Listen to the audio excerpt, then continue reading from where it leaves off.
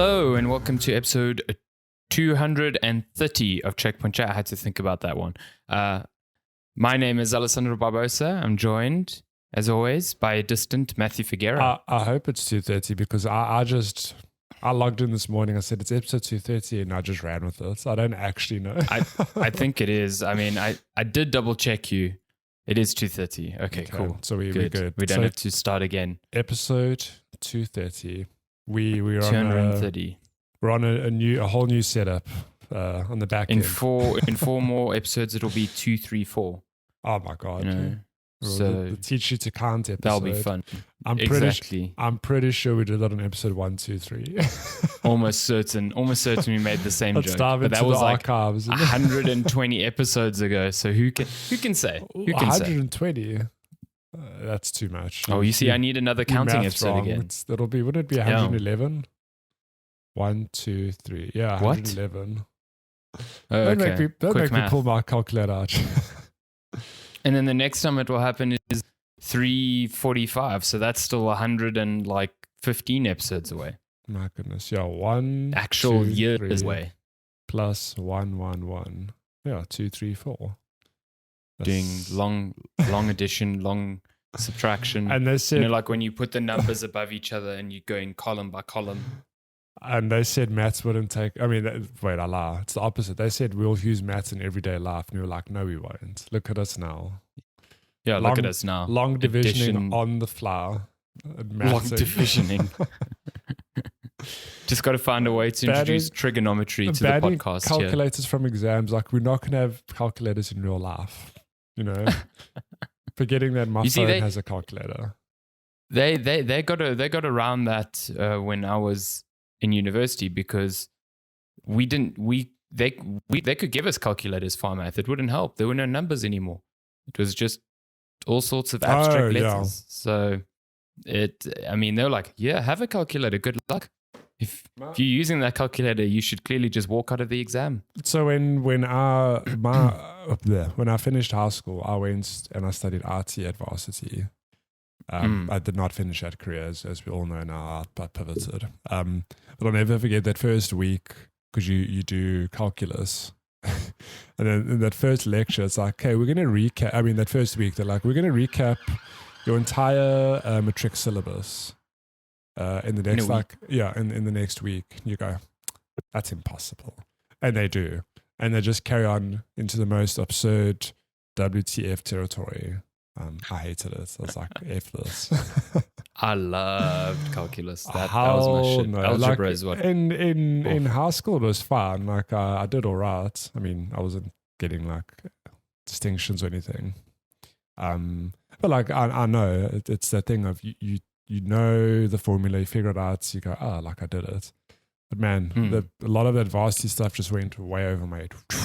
And since then, I've always thought like all the people I know, yourself included, who are in RT or programming of some form, like there's a different way of thinking. You just have a different understanding that I just don't have. I mean, I will 100% say that it is ruthless. Like, I was very good at maths in high school. Like that was the thing that I didn't even really bother with like putting tons of effort into because like it just came naturally. And then you're just the worst kind of person at school. You know, you're that guy who goes, I didn't even study.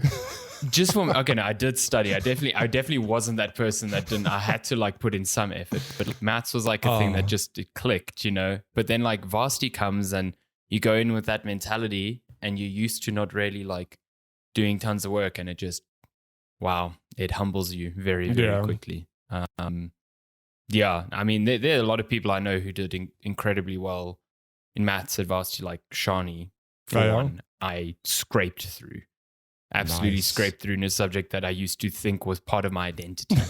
Really humbled me in a very weird way. That's a rebrand from maths man to something else. Yeah, exactly. To like 51% man. You know? It's a barely passed guy.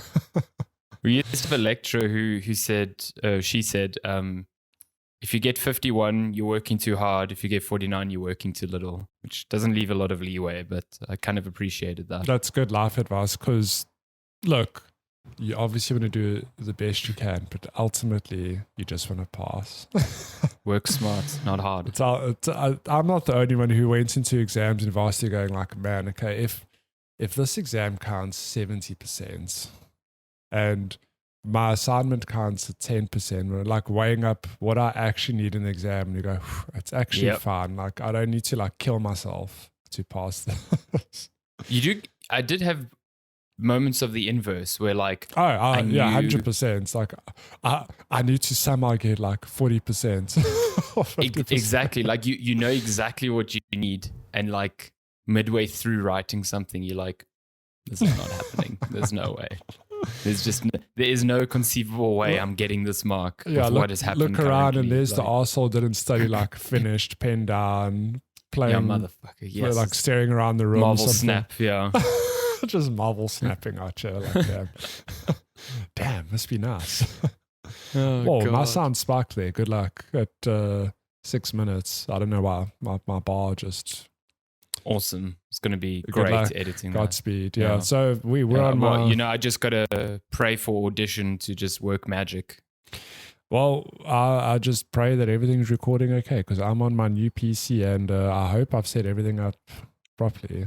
So... Listen, very proud that you managed to get this going. It didn't explode. Yet. Please never share our chat history. All my questions, like, what is this? Where does this go? Listen, a lot of them were totally valid questions, except for like one or two. I was just like, what? I was like, what? In my defense, though, it's like literally never done that before. Let me tell you, that CPU, I've always known, never bend the pins, ever. Because, you know, that's, you'll completely fuck up the CPU, and you would never want to bend the pins by default. But no one tells you. Like, I watched a few videos and I've watched you put a CPU in, you know, you pop it in, you put the little lever down, you just do it. I'm like, okay.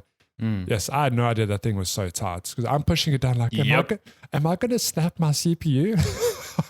It is terrifying. The amount of force required to latch that thing in is every not video nice. I watch, people just like, you just plunk your CPU and you just latch it. And I'm like, doesn't even look, excuse me, doesn't even look like they're putting in any effort in. And I do it, I'm like, it's like facing, it's vertical. I push it down, I'm like, oh my God.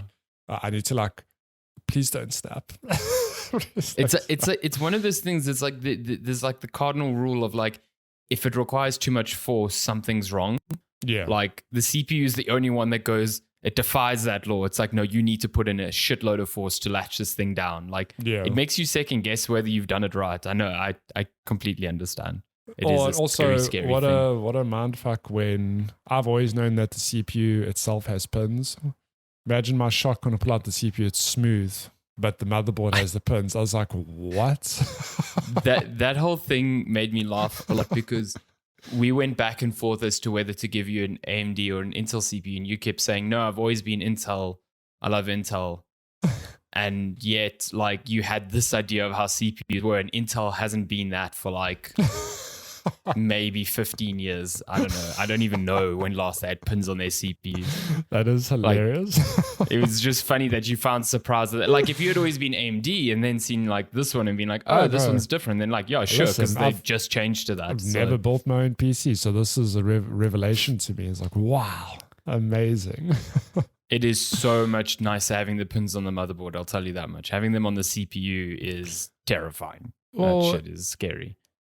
Look, I don't want to speak too soon. I don't want to put bad karma out into the universe, because then I'll 100% get my just rewards my next build. But I'm like, I don't know how you can bend a pin now, because the CPU, you see, this is why I don't put that energy out there. Because when you put it in, it seems pretty snug, like it can't move. So I don't know. Yeah, in general, that's true. But I think I told you the story. I've bent a pin on the CPU socket on the motherboard before. I don't know how, but I have. So how did definitely you fix that? Possible. I got a new motherboard. I just bought the motherboard and I was building it. I must have done something wrong. And then, like, when trying to troubleshoot why nothing was working, I took the CPU out. And as I took the CPU out, I saw one of the pins on the bottom just like fall out. And I was like, I looked at it and I was like, well, That's a defect on the motherboard. Send it back. Well, I'd love to be, first off, I'd love to be a motherboard manufacturer and look at the stats of how many motherboards come back with bent pins. But it's funny, even a lot of the videos I watch, like, oh yeah, it's like an example video title, like installing a CPU for beginners, like everything you need to know. But then the video is like, yeah, cool, then you plop it in, blah, blah, blah, pin. And if for any reason you've got a bent pin, you just use an electric pen. I'm like, I don't own one of those. I don't have an electric pen to like sit and mend. I've watched videos of people repairing that stuff. It's a fucking nightmare. It's not easy. I would never even try. First of all, why is that in a beginner's video? Like any average person has an electric pen or whatever the hell it's called. And second of all, I would never do that. I'd be like, nah, I done that fuck up. I'm sending this back. Yeah, I'd just RMA this board immediately and just get a new one. Yeah. It's under warranty.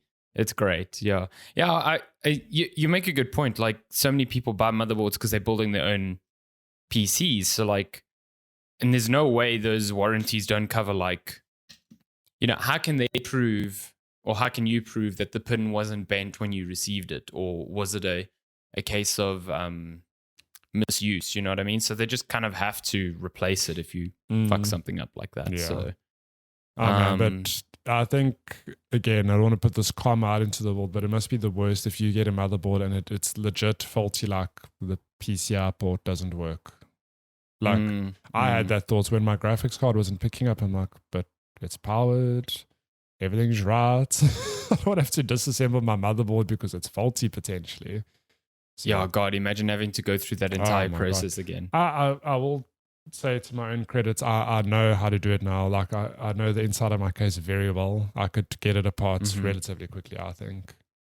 So yeah, it was and you fit a chunky CPU cooler in there. So yes, the biggest of them. I think you should have maybe gone with the thinner one, but but listen, I Googled, I was like, what is the best cooler for this case? And people were like, oh, this one, I've got it in mine. I've got it.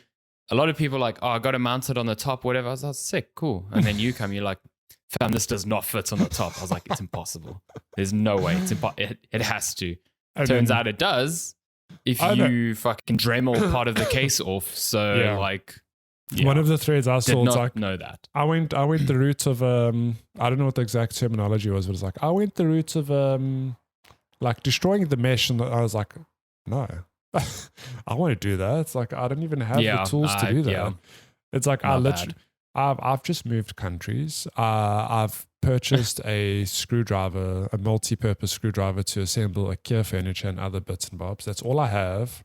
I don't have any electric pens or pencils and like any tools to like draw holes. And even if I did, I wouldn't want to. I think it'll be fun. Your GPU is like quite close to the bottom of the case, so I think it's going to be pulling in fresh air from the bottom. I also thought that it's yeah. So and then the top is your exhaust, and the intake for your CPU is like intaking to the side. So like the inside of your case will be cool. It will be fun. What is hilarious is like, because I bought this case with the dream of having a glass side panel. Like, well, I guess I can't do that now. My CPU will be like, my bad. Oh no, it's not your fault at all. This case comes with both sides, thankfully. I would have been a bit fooked if I bought the glass only. I mean, I don't think it exists, but if there's I wonder if that's why they do it though. Maybe. They must do it like that, because a lot of other places you can buy one and then you can like buy the other panels as an extra. So I was surprised when it came with both for you. Yeah. Which is quite nice. To me personally, mesh, I know glass ones are nice, but mesh ones are way more airflow efficient. So But yeah, man, this little case, super, super nice to work in. Like everything's modular. Now you just need to you need to fine tune fan curves and whatever.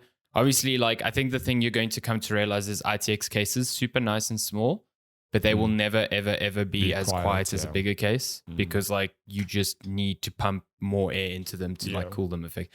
Although the one you've got is one of the more like forgiving ones in that regard, I think. So I don't know how you go smaller. Holy shit. Well, yeah. What did I say last time? That yours is a 20-liter case. I think many of the boutique ones are about 11. Yes. Yeah, No like half idea the size. how.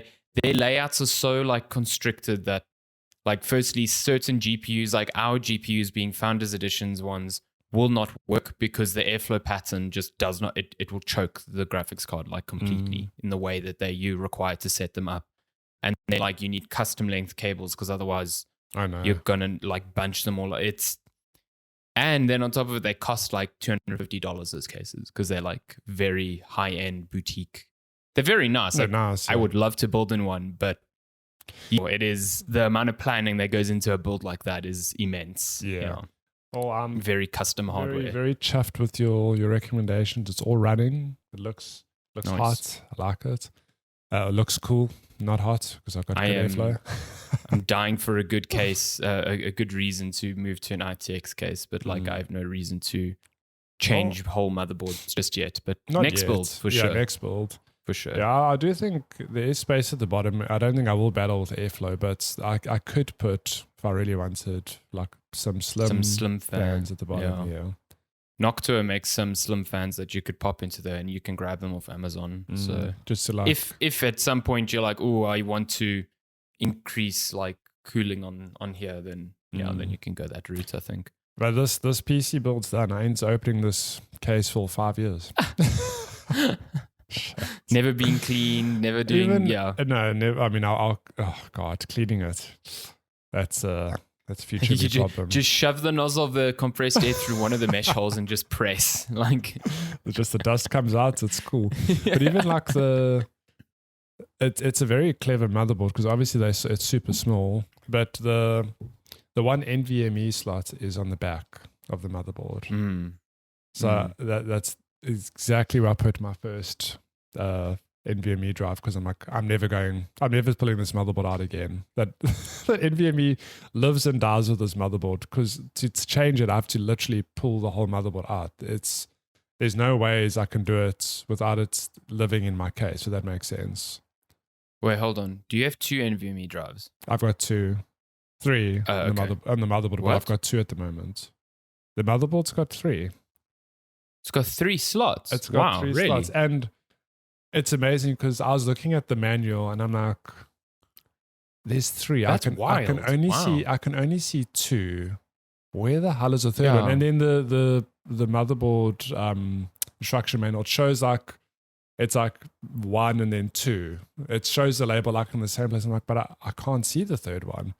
And eventually I was like, are you telling me that the third one's underneath the second one? And it is. There's like a little thing you have to take out and you can slot in another. Oh, wow. I was like, man. That's pretty cool. This motherboard, it genuinely blew. Like, again, I'm a complete novice with this sort of thing, but I can appreciate stuff like that. I had no idea they were doing shit like that. Yeah. Like, that's why I was surprised there was even 3. Yeah.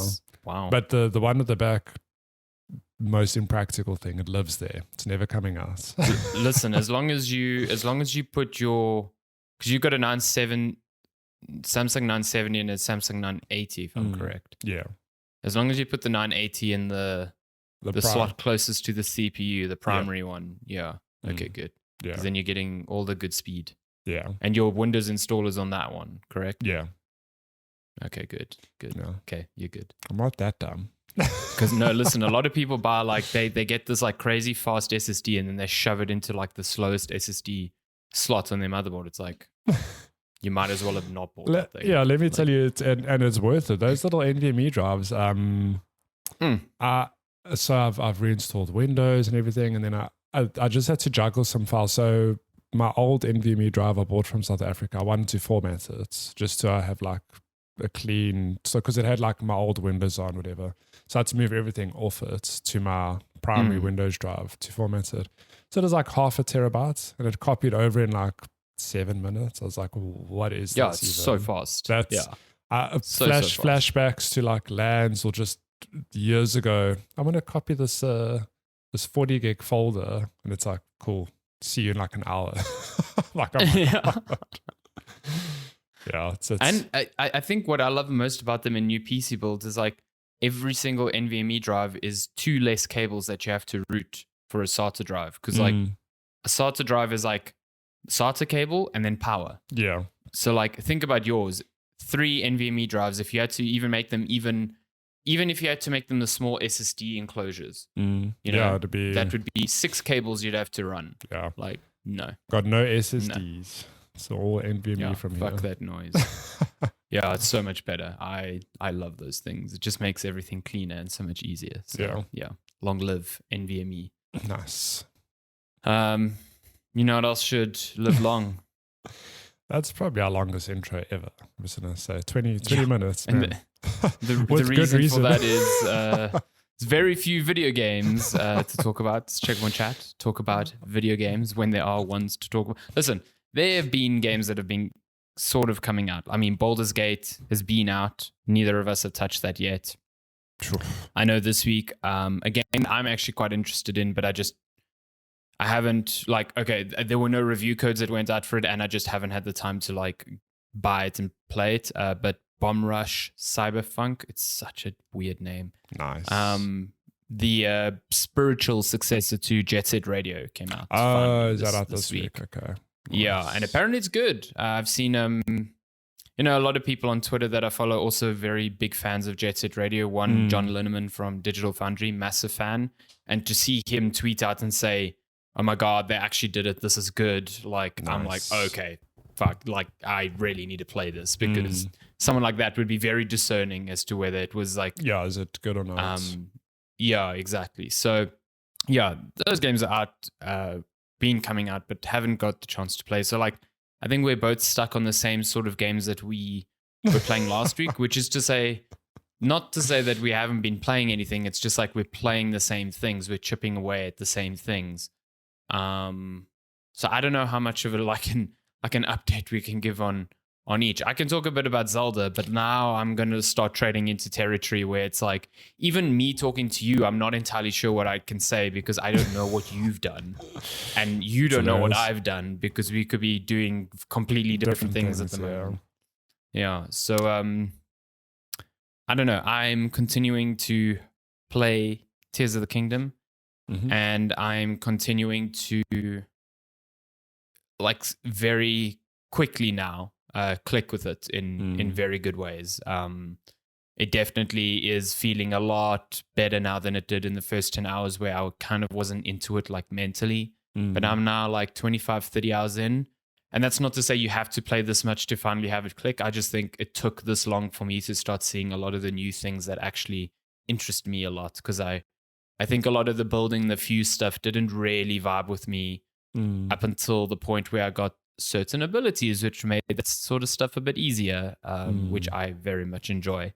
But yeah, there's just some really good exploration moments that are happening. I'm finding myself just walking in a direction, discovering something, then taking a quick look around and being like, cool, I want to work towards that shrine in the horizon. And as I work my way towards there, I find other little things. And it's that, yeah, it's that, again, that organic exploration is now like got me again. Yeah, it's good. It's real good. That's the drum I've been beating since like probably my first 10 hours in. I've said to on this podcast and to you guys in the Discord of like, this game I mean, obviously there are other similar games, but this game is unbeaten on its ability to just let you explore, like not holding your hand. And the best part I think is that it's hilarious that I've played like nearly 80 hours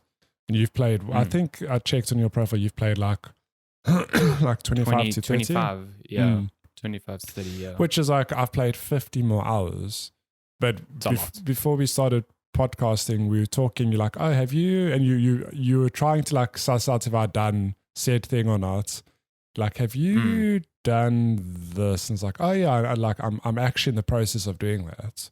50 hours Which on, is like crazy, pure coincidence. We're doing the exact same quests, and it's just like, it shows how versatile and varied this game can be, because you're doing it in your first 25 hours that it took me 80 hours to get to the same part.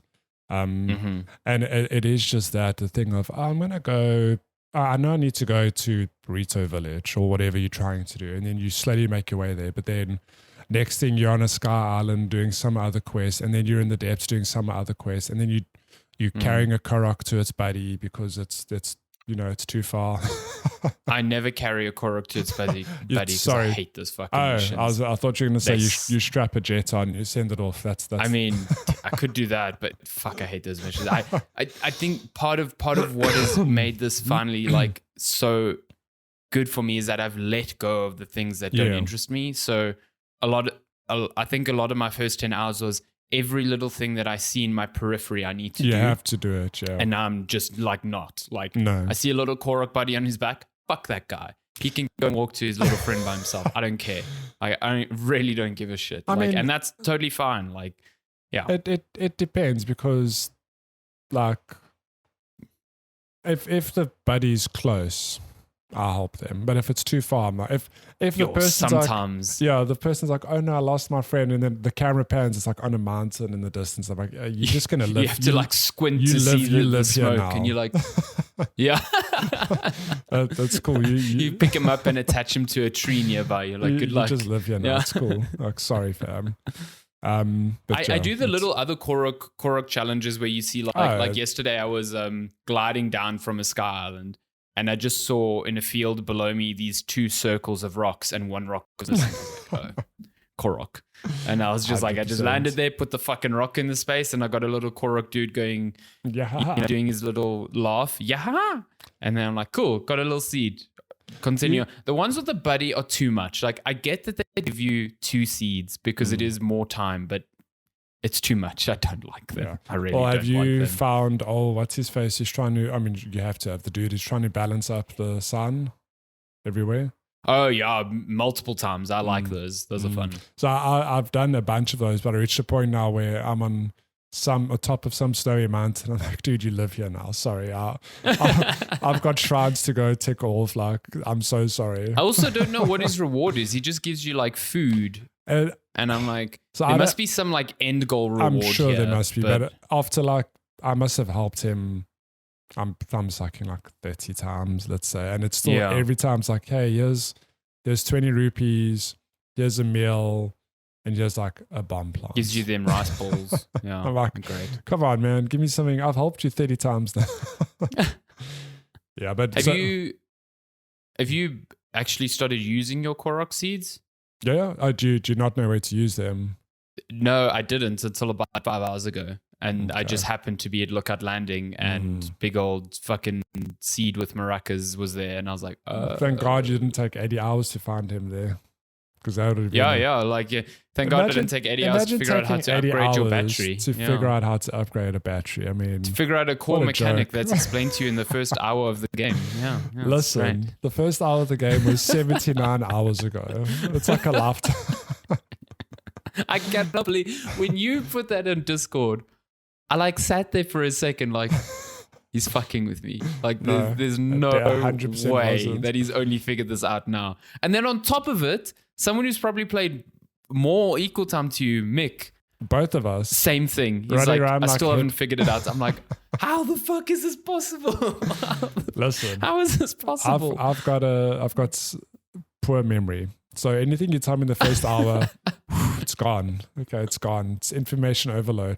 But what's hilarious is that John Michael also was playing Tears of the Kingdom. Like, we spoke about it a lot. And we both were like, do you know where to upgrade your battery? No, we don't. I haven't figured it out. Eventually it's like, oh yeah, and like, I know where to do it now.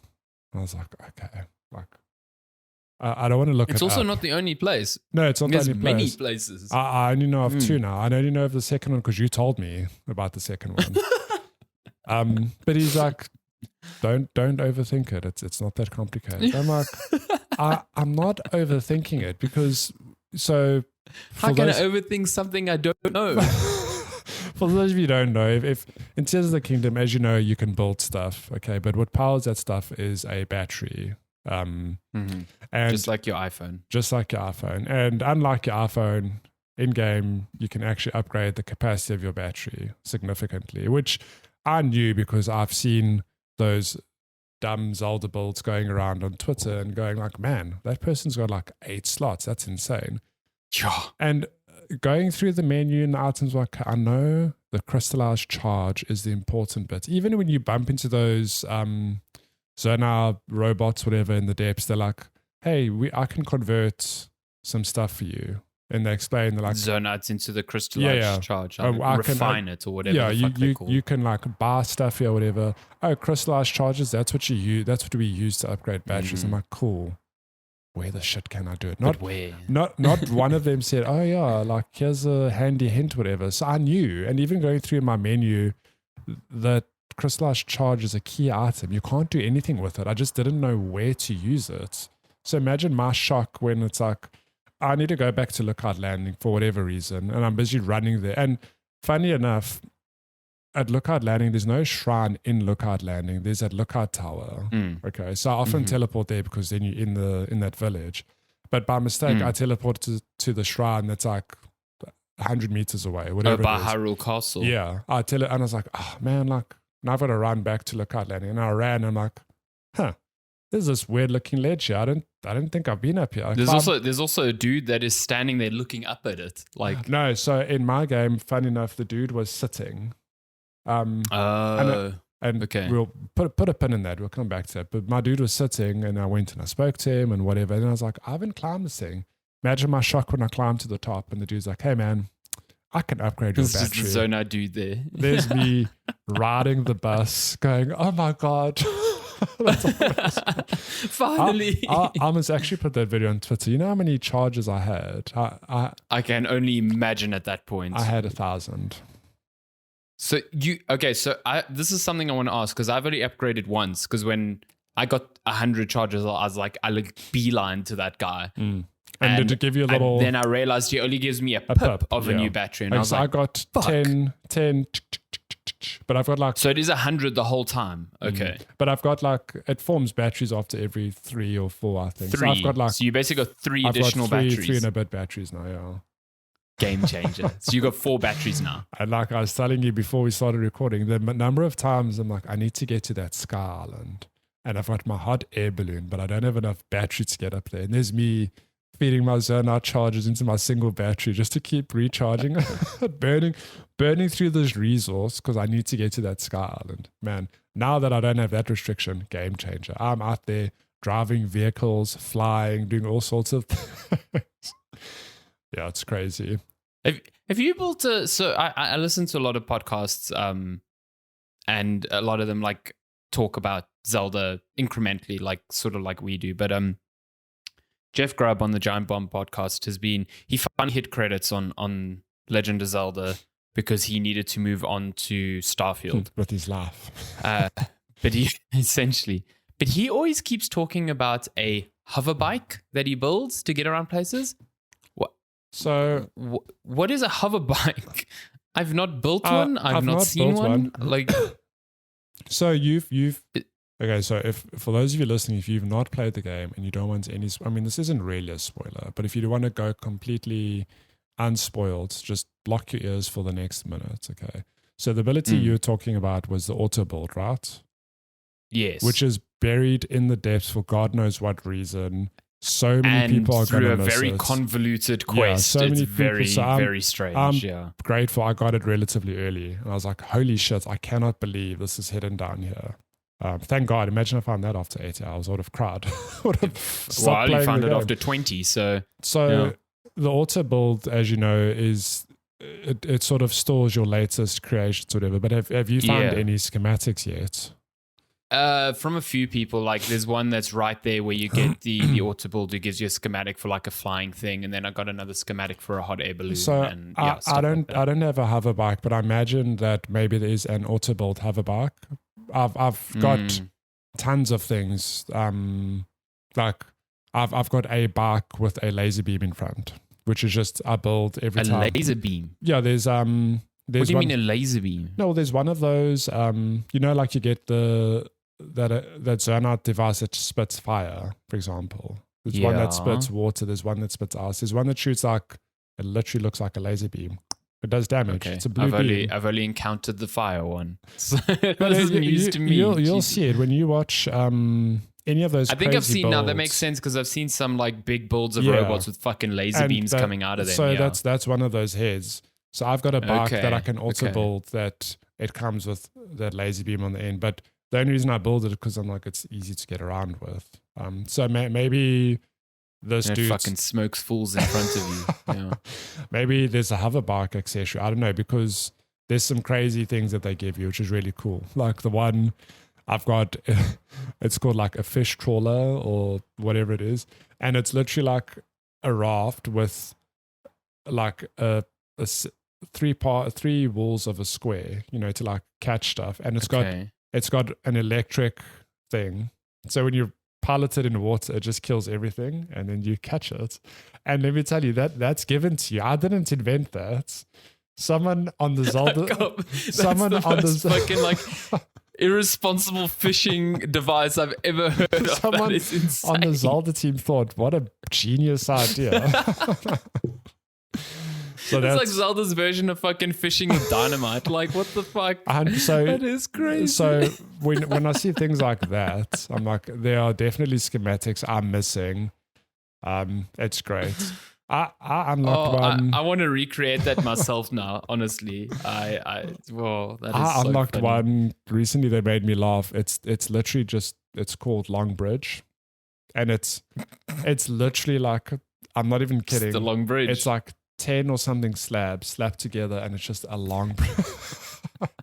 Listen, that would be so useful to me because I've done that manually so many times now. Like, I think I did it in the fire temple because there's actually like a point where you need to do that because you need to like build a bridge so that you can like propel the little Goron dude into a wall and he doesn't like fall in lava or something. But then yesterday there was a shrine that not a shrine, one of the towers, the lookout towers, was in like on like an island in the middle of like a lake.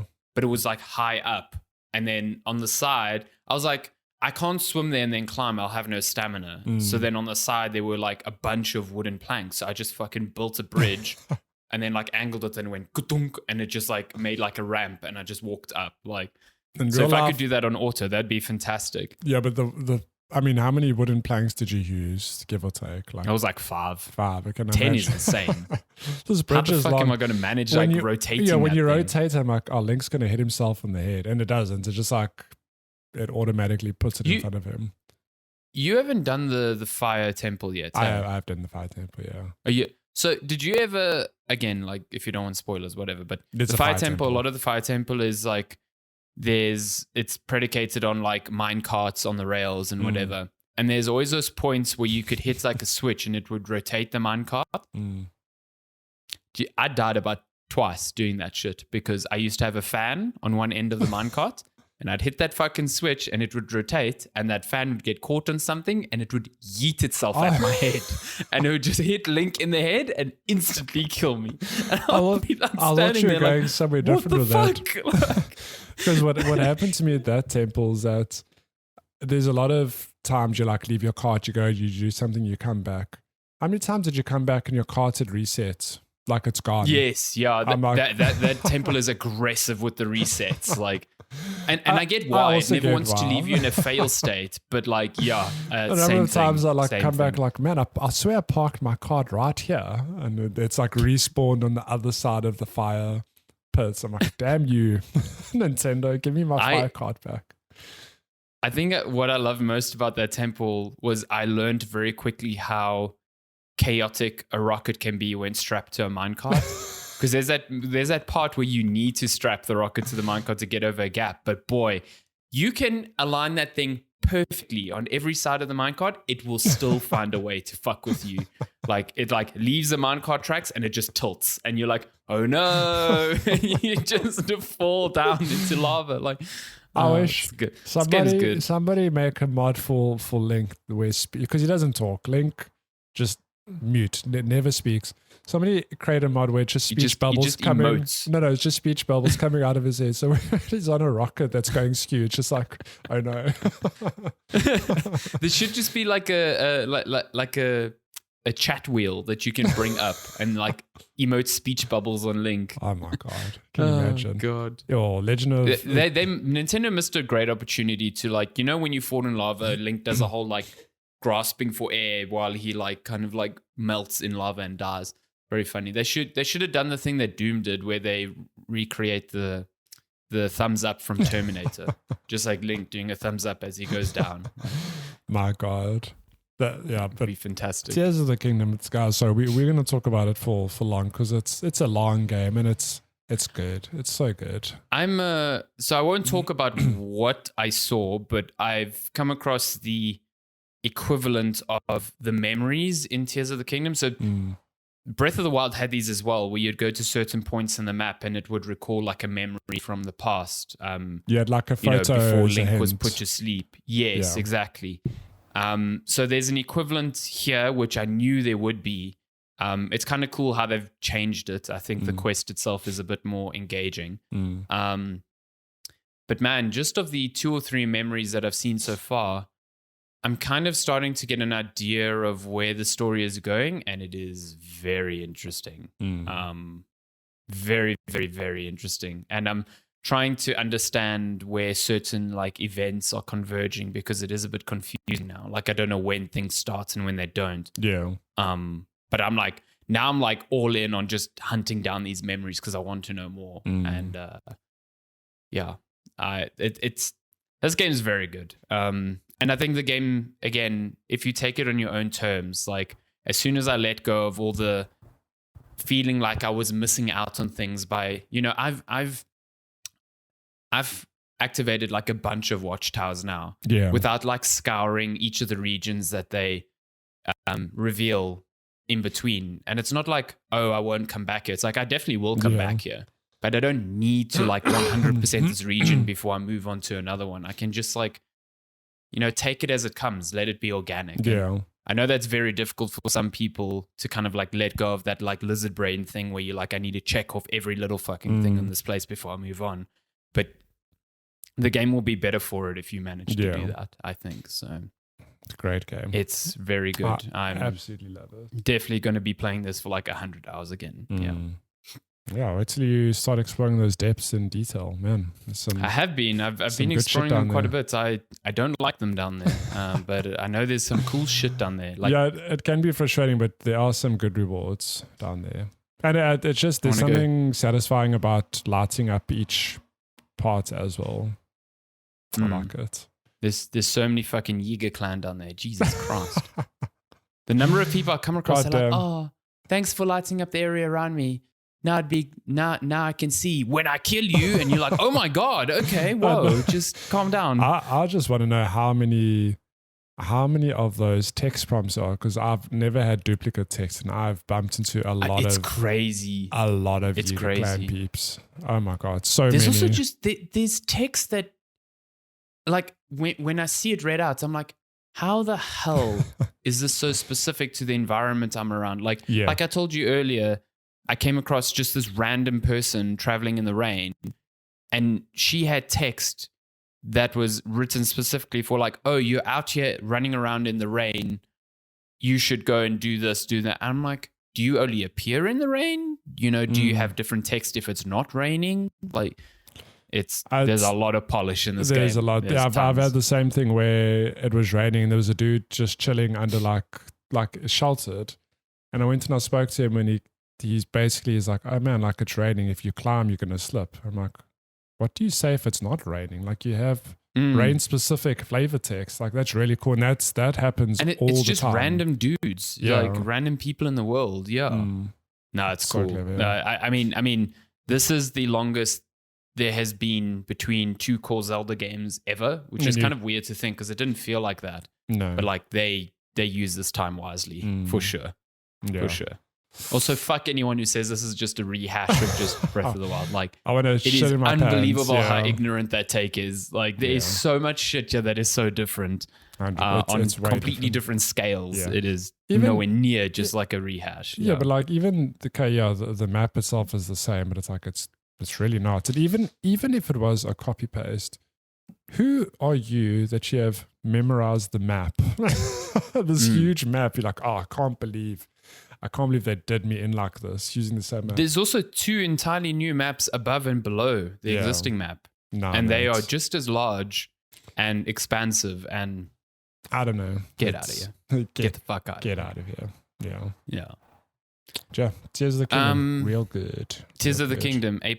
Yeah, Mm. definitely A+ Game of the Year material, in my view. Yep. Do you want to check in on Final Fantasy, or you I've not actually barely played much this more? week. Honestly, this week's been very busy, and I've played like 2 hours, so I can't really check in. I'm gonna You've say played no. 2 hours. This Have whole you built a ship? no, not Okay. yet. I know. I know. You're I'll busy get there. doing that, aren't you? No, it's still not. What? Building. But you I've no. you beat Bahamut, didn't you? Yeah, the calamity has happened, Okay. but at the moment I'm just checking in on people going like, oh no, you're under attack by these. What they call? Oh, you're doing side stuff. Okay. Yeah, You haven't spoken to Mid. Okay. not yet. No, I think that's Okay. still 'Cause coming. that's like the next big. yeah. I would do that. Yeah. Purely because the shit she gets you to do forces you to go to different parts of the world anyway. So you can kill 2 birds with 1 stone type of thing while chasing side missions. I'm just ticking off things as I go. Oh my God. Okay. Enjoy your fast travel shenanigans soon. Oh well. Yeah. Goddamn. Cool. Should we?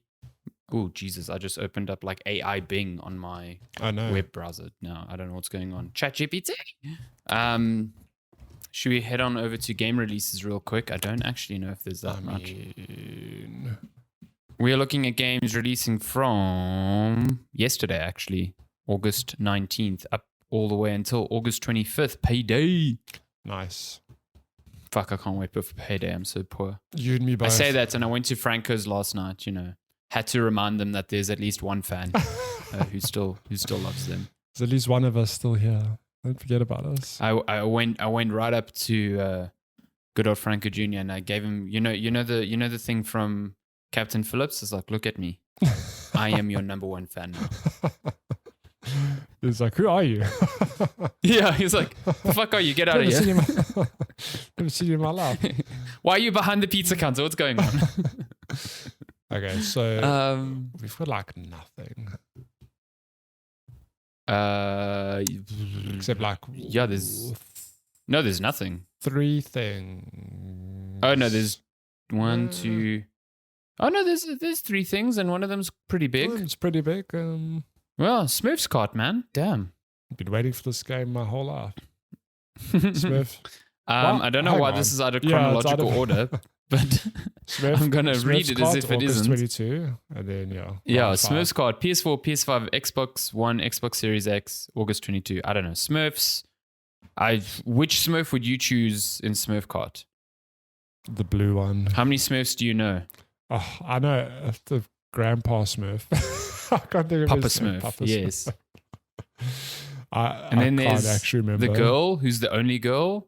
Of course. I don't know what her name is though. Yeah, Lady Smurf. All the names have Then there's the main character with the red hat who's just probably stereotypical bland ass Smurf. I don't know his name. Hold up. There's a main character in Smurfs? Yeah.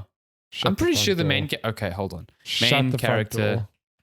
in Smurfs. Main character.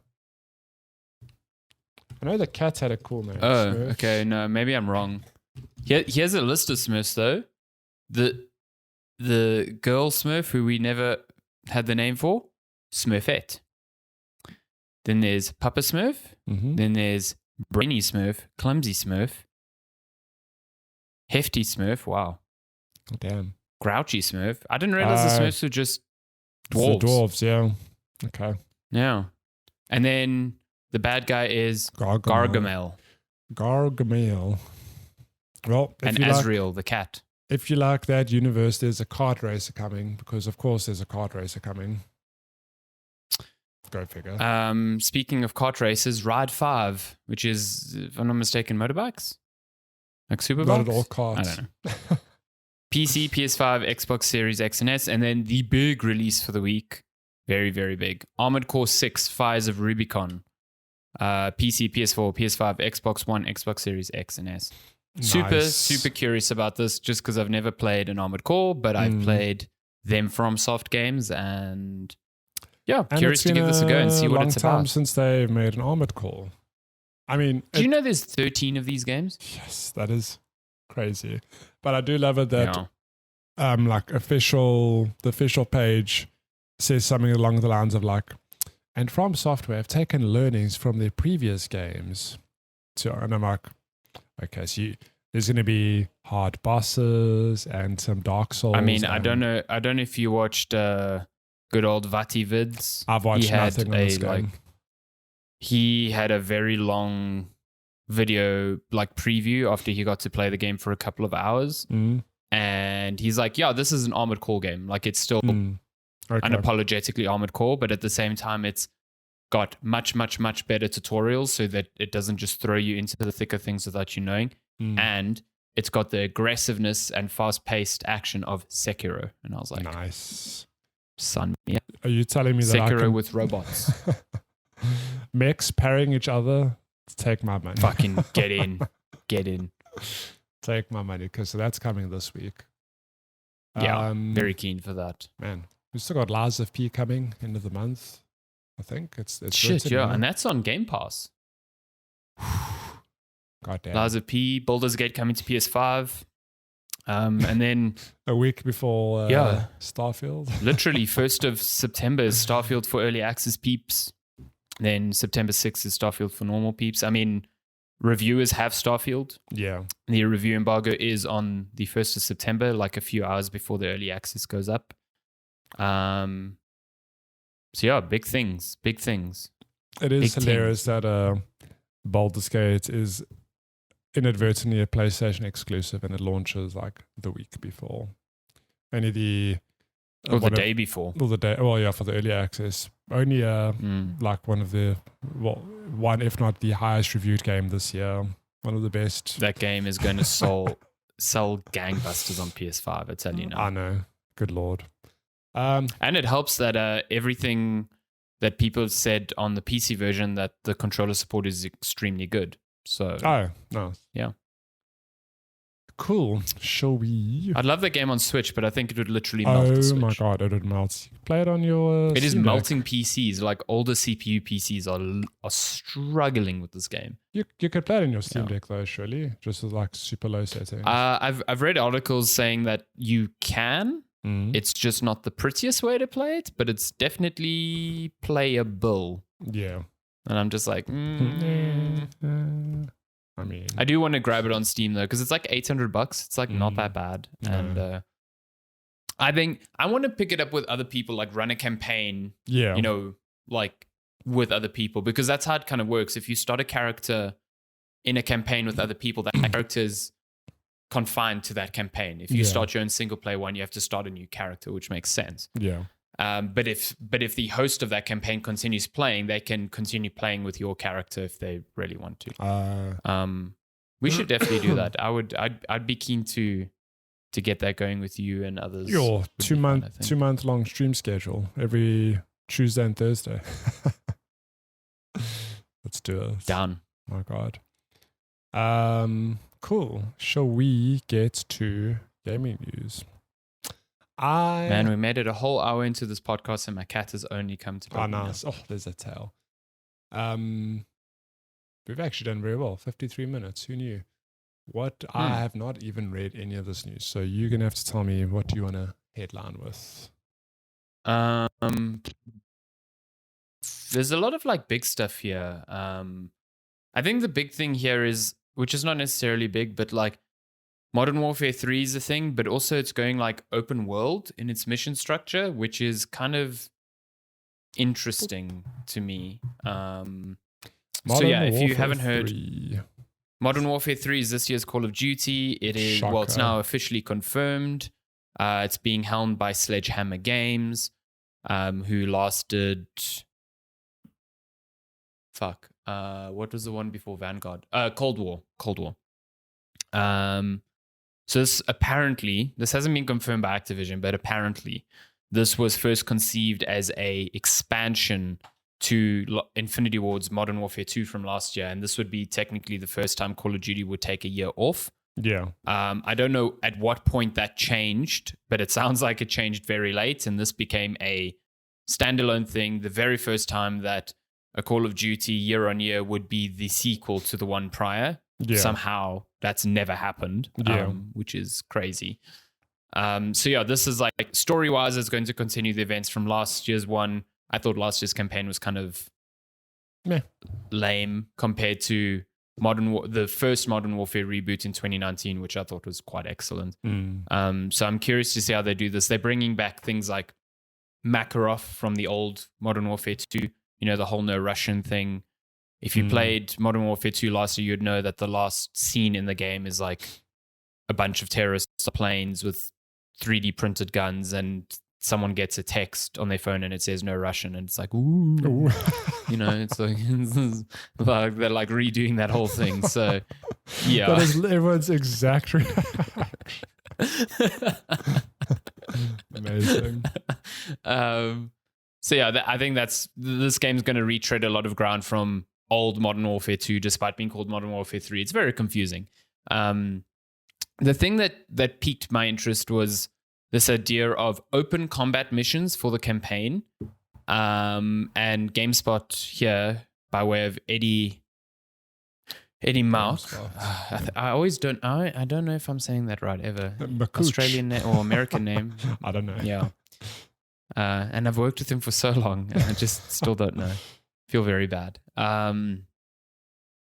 So according to him, these missions will have choices for players. In the blog post by Activision, players will have numerous additional choices for how to complete a mission. Quote, for example, if you prefer to use stealth techniques, you may wish to undertake an OCM, with a lights out approach, using night vision goggles and suppressed weapons, and complete your objective without your adversaries knowing you were even there, the company said. However, if light explosions and reckless abandon are part of your repertoire, strap extra armor plates onto your torso and hit those targets head on. Now, that makes it sound like there's a lot of depth to the missions. What I think is going to happen is there is a scenario, you choose your loadout, and then you play out that scenario. Yeah. That is literally going to be the effectiveness of your choice, and I really don't think these scenarios themselves are going to fundamentally change depending on which approach you take.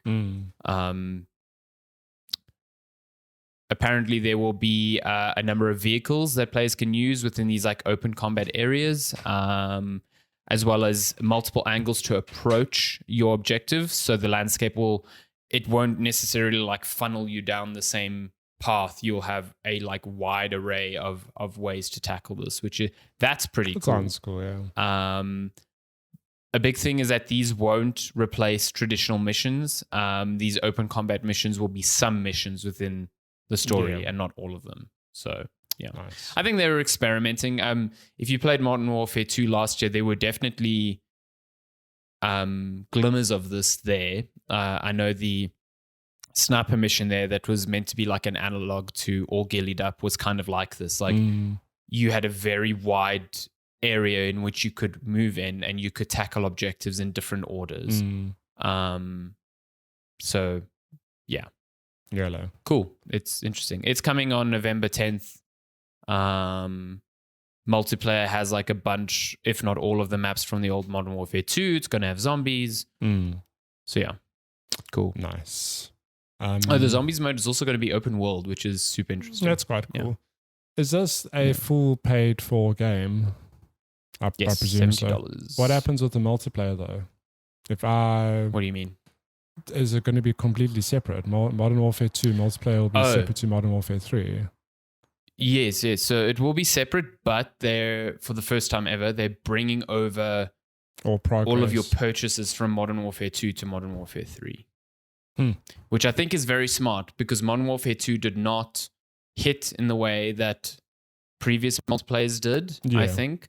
And rather than like clean cut people and make them feel like they invested into something that they already didn't enjoy, bring that shit over into a multiplayer that is maybe more tuned and refined that they will enjoy, but they don't feel like they have to invest tons of money into again. So smart choice, I think. Smart choice. Yeah. Well, that's right. What is this other article then? Oh, this is just it was kind of the same thing. Okay. Yeah, same thing. Okay. What do you want to bounce to next? Let's just look at Starfield, because that is that's a coming. Oh, so this is the preload dates for Xbox and PC confirmed. I think I saw it's 120-ish gigs or 100 Yeah, gigs. it's something. No, 125. Yeah, 125. Yeah, that's it. So if you're on Xbox, you can preload it now. Like you can start preloading it so that on the day you're ready to go. I think PC is only on September 1st or something like that. Let me see. Oh no, August 30th. So just before the early access. Nice. Yeah, there's some PC requirements here as well. The recommended specs, which again is a very nebulous thing because you never really know, aren't that high.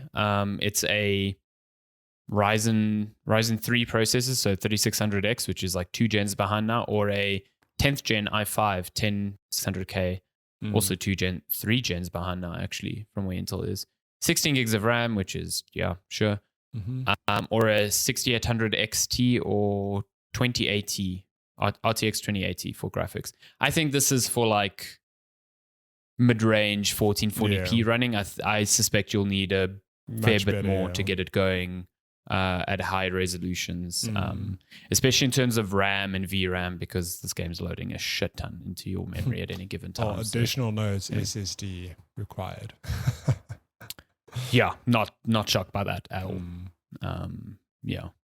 But yeah, that's out on September 1st for early access folks if you want to pay $30 more, or September 6th for everyone else, especially those on Game Pass. Yeah, this is definitely a Game Pass game for me. I'm going to give that a go. I will get to it. I mean, this is what I pay for Game Pass for, is to get releases like this. So yeah, exactly. I would be very. I don't know whether I'll play on Xbox or PC though. Not entirely sure yet. I think for you, probably Xbox, because then you have. I think so too, because I like playing on my TV, you know. But it's like 30 FPS, you know, which is not a huge deal for me if it's nice and. I mean, I'm playing fucking Zelda at 30 FPS on a TV, and but Zelda's does not stick to that. And that does not stick to that. Boy, let me tell you, when I explode things, when it rains in the upper mountain, that Switch is crying, sweating. It's like, where is my pro version? Please help me. I'm very keen to see how Starfield does. I do wonder if we'll ever see them release like, oh yeah, like it's not going to be 10 million copies sold necessarily because it's a Game Pass title. So I wonder how they say number of people playing. They'll say number of people playing, yeah. So they did that for Hi-Fi Rush just this past week, and the figure was a lot lower than I thought, which made me very sad. It said only 3 million people have played Hi-Fi Rush. And I was that's like, that criminal sucks. For a game that good. Is criminal because that game fucking rules, and it's on Game Pass. And why didn't more people not play this? Very, very. Also, just goes to show you there was so much like social media fervor around it when it came out. Yeah, it doesn't necessarily translate into like actual playing numbers. Look, to be clear, 3 million is a lot, but it still feels low for a game that good. It's like more people should play that game because it's. Agreed. It is. I think Starfield's going to be magnitude. I think larger. It's going to be 10, 20. It's going to be a big game. Yeah. This is a big game. Yeah. Like people have been poo-pooing on it because it's like, Starfield, it's only an Xbox. This, I can tell you now, the masses. I have a guy at work who is literally like, he's told me twice now he's considered buying an Xbox just to play Starfield. Like it's that sort of like itch that people have been waiting for from a Bethesda game. So yeah. Well, speaking of Tears of the Kingdom, tell me what is up with the Blood Moon's secret purpose. Oh, this is so cool. This is like one of those little game dev things that like tickles my fancy just because it's like such a cool inside story on the game. So if you played Tears of the Kingdom or if you played Breath of the Wild, because I assume this was actually done in Breath of the Wild as well for the same purpose, you'll know that periodically a blood moon rises and you get a short little cutscene where Zelda says the same thing over and over again, and all of the enemies in the game respawn. Now, initially I thought, okay, this is just a way to keep the open world continually feeling like there's stuff there to do. Yeah. Because if you just wipe out whole camps of bokoblins, like eventually there's going to be nothing left for you. You know, the Far Cry 2 problem of things. the turns out there's actually a deeper reason why this happens. So a regular blood moon happens every 168 minutes, or the equivalent to 1 week in in-game time. The reason this happens on such a fixed basis is so that the Switch can actually clear its memory of what camps have been cleared out, where enemy positions are, things that you've done in the world that might have a lasting effect, and reset that so that it can start building that up again. Yeah. So some players have actually found that you can force the moon to trigger earlier than expected if you overload the Switch's memory by doing all sorts in the game. So you can pressure it, for example, by having too many objects in Link's vicinity, because all of those things have to be stored within memory. Yeah. So then the blood moon triggers, it wipes out those things. It acts as like a kind of reset for the world so that the game doesn't literally crash on itself. Yeah. One documented way to trigger the blood moon is a player firing several opal-infused arrows with a Lionel bow at a breakable rock wall. So a Lionel bow fires 3 arrows at a time, and opals create a splashing water effect. And if you fire it at a wall that breaks, the animations just overload the Switch, and you immediately trigger like a blood moon. Wow. It's kind of cool. It's one of those things where it's baked into the game. It's doing like a very important function of the game in the background that you have no idea about. And it's contextualized within the game very well. If you go back in time, there are very bad examples of how something like this is handled. So on the Xbox 360, a very popular example is Morrowind on there, would sometimes take forever to load, like into a new area or into the game. And the reason for that was not only was it trying to clear the memory in the background of the loading, but the devs actually found a way to reset the entire Xbox while the load screen was up and have it boot essentially almost from scratch, so that it would clear certain parts of the memory and allow the game to continue functioning. So there was a whole console reboot happening behind a loading screen, which is why it took forever. But they were like, this is the only way to get this game working. Oh my God. Yeah. I don't know. Shit like this is very, very cool to me. Cool. I love it. So every time you see a blood moon, just know the Switch is being relieved of its memory duties and breathing a sigh of relief. Let's go. That is fine. So you could actually use that. I'm trying to think in Zelda, because obviously when the blood moon triggers, everything resets. I'm like, what would you use that to farm if you could replicate that? But I mean, you would need to get a lot of arrows, Lionel bows, topaz or opal. You're kind of right though. I wonder if that comes into like a speedrunning tactic for a certain percentage category, like fastest run moon to get max batteries or something. Like use the blood moon to farm Zonite or something like that.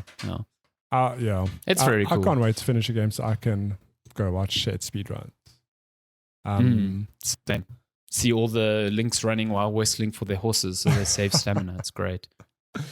Let's look at Vampire Survivors adding co-op. I want you to talk me through this one because you've played a lot more. I've not like gotten into this game like other people, but I want to know from you if something like co-op sounds cool. I don't know how it would work. So just for the record, I haven't played the co-op mode or anything yet, but I don't know how it would work because playing this game alone is chaotic enough. That you've seen videos. That screen is so full of chaos and disaster. How do you do that with 4 people now in total? Like, how does it work when, do you you must choose your upgrades at the same time, whatever. All that said, must be a lot of fun. Imagine just a cool way to like chill out, some downtime, do some runs with whoever. I'd love to try it. I mean, maybe it's something I'll stream in the future, a little co-op. It's apparently a local option only. Oh, is it local only? Damn. 4-player local co-op. Damn you Vampire Survivors people. Why can't I play online? But it is I guess for that very reason, so to keep people on the same portion of the screen all the time. I guess you could do that online. I don't know. Yeah. What's cool is that this seems to be on every version of the game, even the newly released port on Nintendo Switch, which is kind of neat. That's crazy. Also, I mean, you're someone who travels with your Switch a lot, and I'm sure if you got heavily into Vampire Survivors again, you'd like to take your progress on the go with you on Switch. Well, guess what? Hallelujah. They are working on cloud saves and cross saves between platforms. So That's you could very take your cool. Switch progress and take it on, or PC progress and take it on the Switch with you. What which is about kinda mobile neat. progress? I mean, that won't. I don't think that It will be. So they're looking What? at moving saves between PC, mobile, and consoles while also adding cloud save slots. That is very cool. Game changer. This article mentioned something about an adventure mode, or teases an adventure mode. I wonder. I'd love to see what that looks like. I don't know what it would be, but Do you think it would be more like more like narrative stuff, like an actual narrative or objective based stuff? Yeah. Yeah, I don't know. It'd probably be more objective based stuff, but I don't know. I almost envision it like you playing through a story and you have to use a certain character, and they give you like contextual or like story things you have to do. And they're like, try and get this weapon or try and fuse this weapon or yeah, maybe. Imagine they give some great backstory to all of the characters. That'd be funny. Amazing. Listen, this is a great thing to happen just weeks or days even at this point before the premiere of Castlevania Nocturne on Netflix. Is that? Oh my god! Best September, timing middle ever. of September. Fuck, I can't wait. Can't wait So for that. fucking Sure. keen. That trailer was good. Alucard surely has to be in this still. No, I'm sure right? he'll be around. Little. Oh, I can't wait for that raspy little voice to just appear again. Just Alucard, just being a little sad little vampire boy. It's good. Little boy. Cool. Last. And we've got pieces. Richter this time. I know. We I are can't in wait. Symphony of the Night territory, boys. we there. We're getting there. The last pieces of news quickly. Alan Wake 2 delayed by 10 days to avoid release date clashes, which makes a lot of sense. This 'cause seemed very sensible. Yeah. October is a real busy month, and I like that Remedy straight up acknowledged it. I think. Yes. Yeah. So they straight up tweeted out an update from the Alan Wake 2 team, removing it to launch from October 17 to October 27. October is an amazing month for game launches, and we hope this date shift gives more space for everyone to enjoy their favorite games.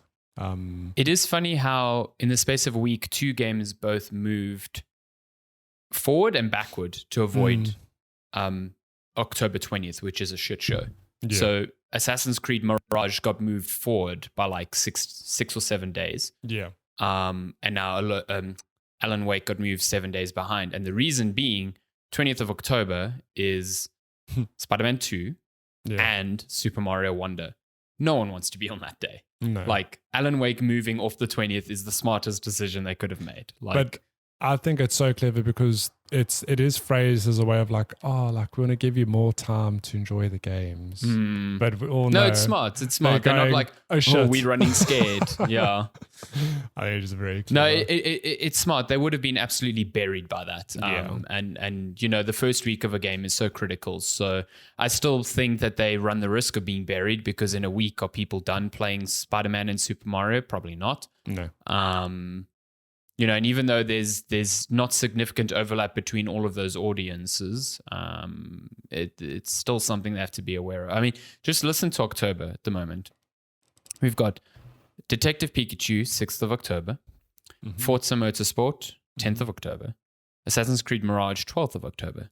Lords of the Fallen, 13th of October, which actually looks very good. Like, genuinely excited for that game. Yeah. Spider-Man 2 and Super Mario Bros. Wonder, 20th of October. City Skylines 2, Metal Gear Solid Master Collection, 24th of October. Alone in the Dark, 25th of October. It is funny And then that Alan they- Wake, 27th of October. they're launching in the same week as Alone in the Dark because I know they.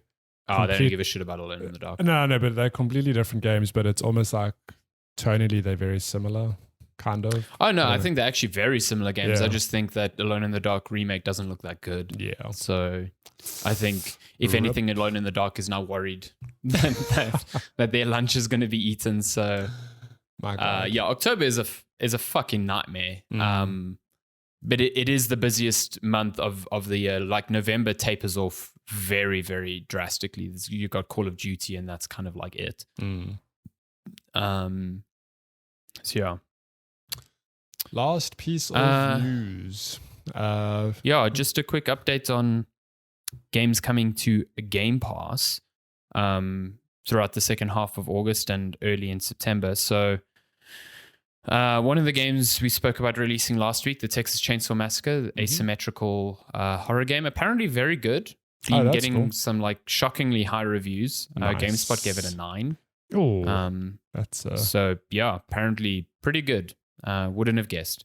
So that's out on Game Pass. Firewatch is coming to Game Pass for the second time in its history. Say, I'm pretty sure I played Firewatch on Game Pass.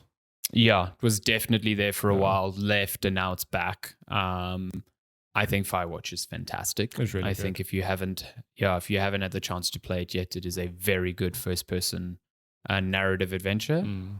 And their developer, as described here by Polygon, Camposanto, hasn't released anything since being bought by Valve in 2018. I mean, they did contribute heavily to Half-Life Alyx, but yeah. Gree? RIP. Gree's really good. First release in 2018. It's a platformer with a very heartfelt story. I have purchased Gree on 2 different platforms and still not played it. I have it on PC and on Switch, and I just have not played it yet. So I need to give that a go. Nice. I guess I could play it on Game Pass now. Texas Chainsaw Massacre, as we explained. And then another big one actually here, Sea of Stars. It's a turn-based retro-styled role-playing game inspired by classics of the Super Nintendo era. I'm not sure if you've seen this, but it looks a lot like classic Final Fantasy RPGs. Oh, that's cool. And it's coming day one to Game Pass and PlayStation Plus Premium. So yeah, that's pretty cool. And that's out on August 29th. Nice. Well, there you go. You got games leaving the service: Black Desert, Commandos 3, Immortality, Nuclear Throne, Surgeon Simulator 2, and Tinykin. Yeah, I as soon as I saw that on there, I was like, "Ooh, I need to try and play this before it's off," because I know Matty loves it. You can play it through Netflix, though. Yeah, play it on your iPad. It's not a game you need to play, on a PC or a console specifically. Yeah. Cool. I think that is news for this week, which takes us then to you know what. You know what? No, I don't actually. Tell me. Questions. Oh my god. Oh, questions. We've been here for 234 episodes, 230 episodes. If you want to send us questions, you can email us checkpointchatpodcast@gmail.com, or you can find us on our social platforms at Checkpoint Chat. What's on the docket for today? So we actually have 2 questions. So we missed one last week from me as well. We didn't miss it. It just came in late. But I'll cover it this week. So he asks, is it weird that the vocal majority has a dislike on game ports that work 90% of the time and demand remakes instead? Personally, I'm happy if it works on modern platforms instead of relying on old, dying hardware. I think there's a very big difference between playing a port of an old game or playing an old game that's supported on your hardware and how much they charge what for it. We see as the modern remakes, the modern remakes that there are definitely remasters or things labeled as remakes that are coming out that are not that. I guess it's not labeled like that, but like Red Dead Redemption, put it that way. It's not a remake or a remaster. It's just a new way to play that game at a very, very inflated price. Point, But if you look at things like Resident Evil 4 or just all the Resident Evil remakes, the things that kind of set the bar for what a remake should be, I think those are wholly different games to what the originals were. And so both of them can exist in tandem. You can play the original and still have a good time. You can play the original Resident Evil 4, have a good time, and then appreciate a lot of the new things in the remake. I'm all in on remakes that look to like just look at the original source material and see where they can improve while still paying homage to the original thing. And I think Capcom's really figured that out. And I'm curious to see if like the Metal Gear Solid 3 remake figures that out in the same way. Dead Space figured that out as well. Final Fantasy 7 did a very good job as well. Yeah, an incredible job of doing that. So yeah, and those are all games we can play the originals of today on modern hardware without any issue, and I'm fine with that. Like I played Dead Space 1 last year before the remake came out and had a great time, and then played the remake this year and had an equally good time. So yeah, I think they can exist in tandem. I don't think people are looking at old games and being like, oh, I don't want to play that. I just want to play a remake. It's like, the remake is more accessible usually, especially mechanics. Like play Resident Evil 4 now, the original. It's fucking weird. Yeah. Like the way that game controls is weird. But like it's still playable and you can still play it and it's fairly easy to obtain. So yeah. All for both. Yeah, I think, 100% agree with you. Why not both?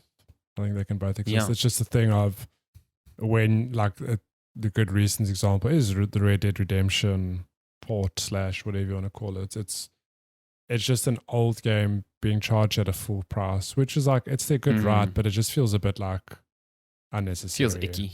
Yeah. Yeah. I mean, I've never played Red Dead Redemption 1. I do want to play it at some stage, but I don't really want to pay $50, $60 for it when it's old. Give it to me for $20 or $30. It's still like a fair price, maybe more than what it should be, but yeah.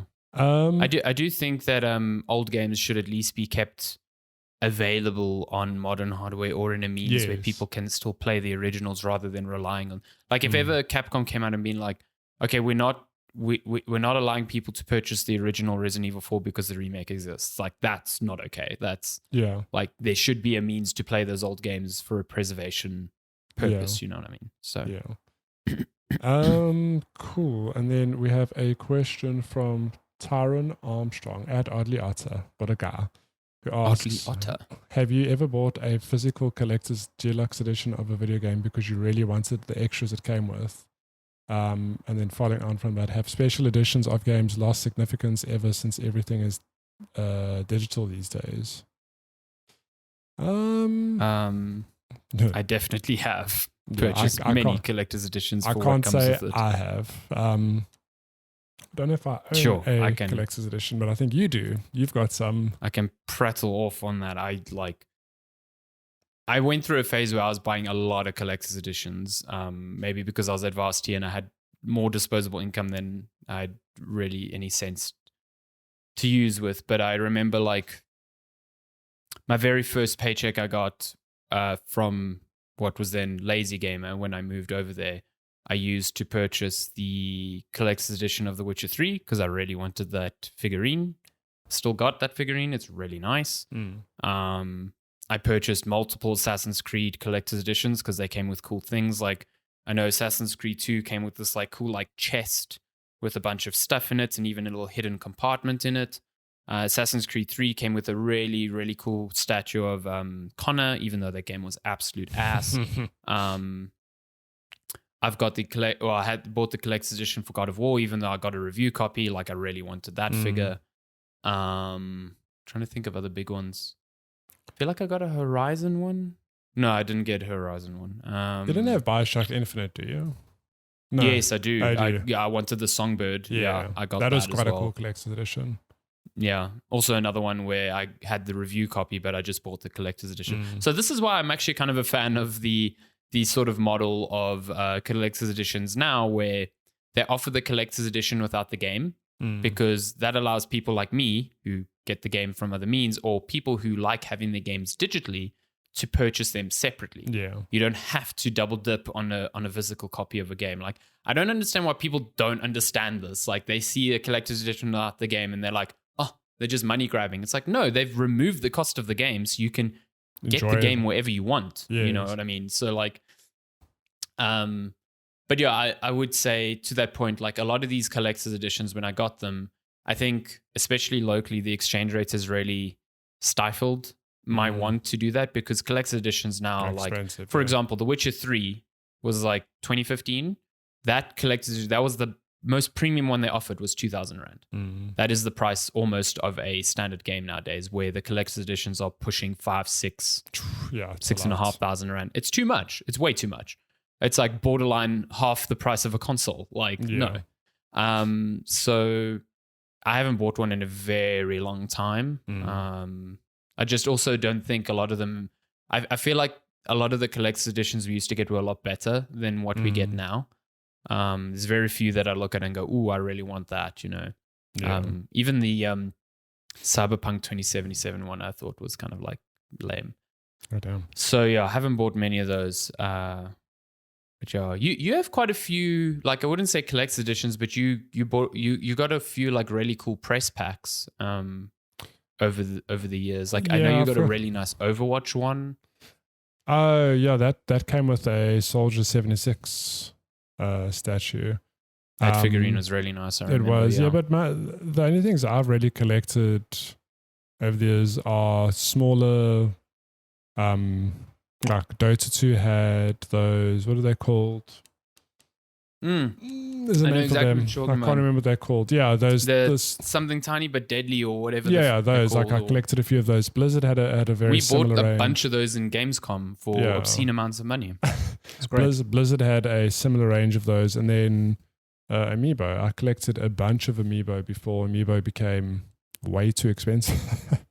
An Amiibo. I'm still a mark for those. Yeah, but like an Amiibo would, when they launched, cost like, to your point, like it was 150 Rand.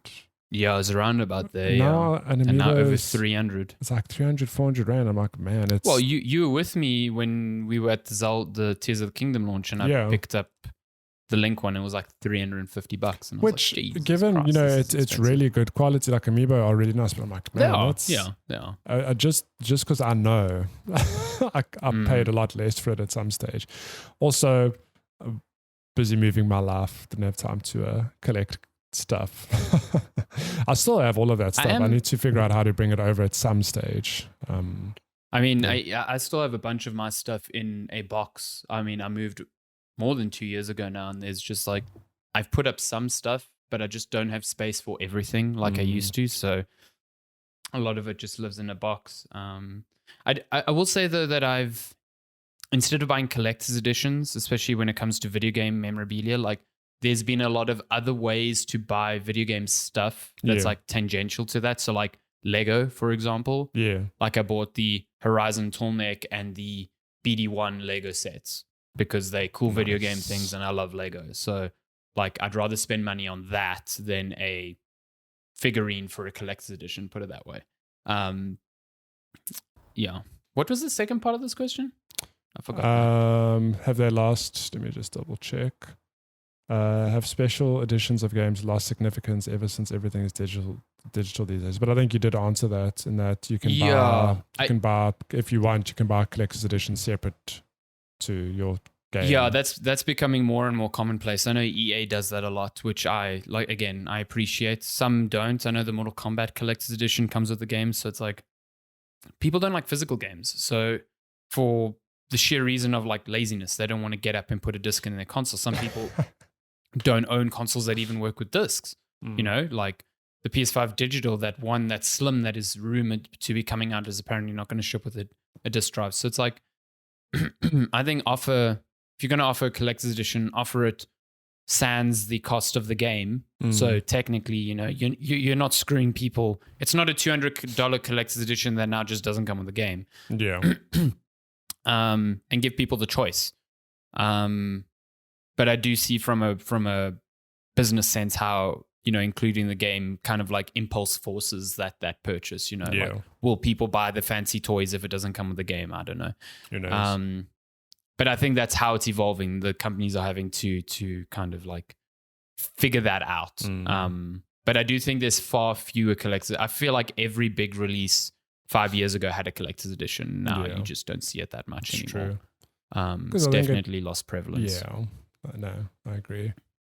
Although, but then you do get like big baller ones like Starfield. It's coming with a fucking smartwatch in it. I would love to be on a team of people who pitch collector's editions for certain games because Like, Yeah. who said in a meeting one day, like, yeah, let's just give away a smartwatch with Starfield? And They saw the watch in game and they're like, we can model that into a real watch. Definitely like, do that. I will say this much: never, ever, ever buy something that is like meant to have a like technical purpose as a collector's edition thing, because it'll always be shit. I think the only example of this not being true is when, Jesus, back in the day, I think it was Modern Warfare 2 or 3, they offered night vision goggles with the collector's edition, which is kind of crazy. Apparently that thing was really cool. And I remember a year or two after that, you got like a fridge, like a mini fridge from COD Zombies that you could fit like 3 or 4 cans into, whatever. Those seem to be cool. The rest, like, whenever it's something that's meant to be technological, something like a remote control car or a smartwatch. I mean, I've read things about how the smartwatch is some rebrand of some really cheap ass. Like it's not going to be worth it. Just don't save your money and don't bother. Yeah, don't bother with that. The Spider-Man Collector's Edition looks nice. I like that statue with Venom. Looks pretty cool. Yep. It's way too expensive, but it looks pretty cool. Yeah. Well, there you go. Yeah. Do you want to pay $5,000 for Spider-Man 2? No. I don't. Get me pictures of Spider-Man, not collector's editions of Spider-Man. That's what J. Jonah Jameson always says. Yeah. I love that guy. And on that note, that is all the questions for this week. Thank you for submitting them. Yeah, thank you. And if you also want to get your questions answered on the show, at Checkpoint Chat on social media or checkpointchatpodcast@gmail.com via email. Message anytime, email anytime. Can be 3 a.m. Who knows? Up to you, man. Who knows? I'm not your mom. Thank God. Yeah, thank God. Good Lord. Thank God. Cool. That's been episode 230 of Checkpoint Chat. Somehow we made this go a normal length. I have no fucking clue how that worked. We got it. We got the shit. We did it. We Gucci. As always, we thank you so much for listening. And we hope you have a delightful week. And we will be back next week. Until then, goodbye. Goodbye.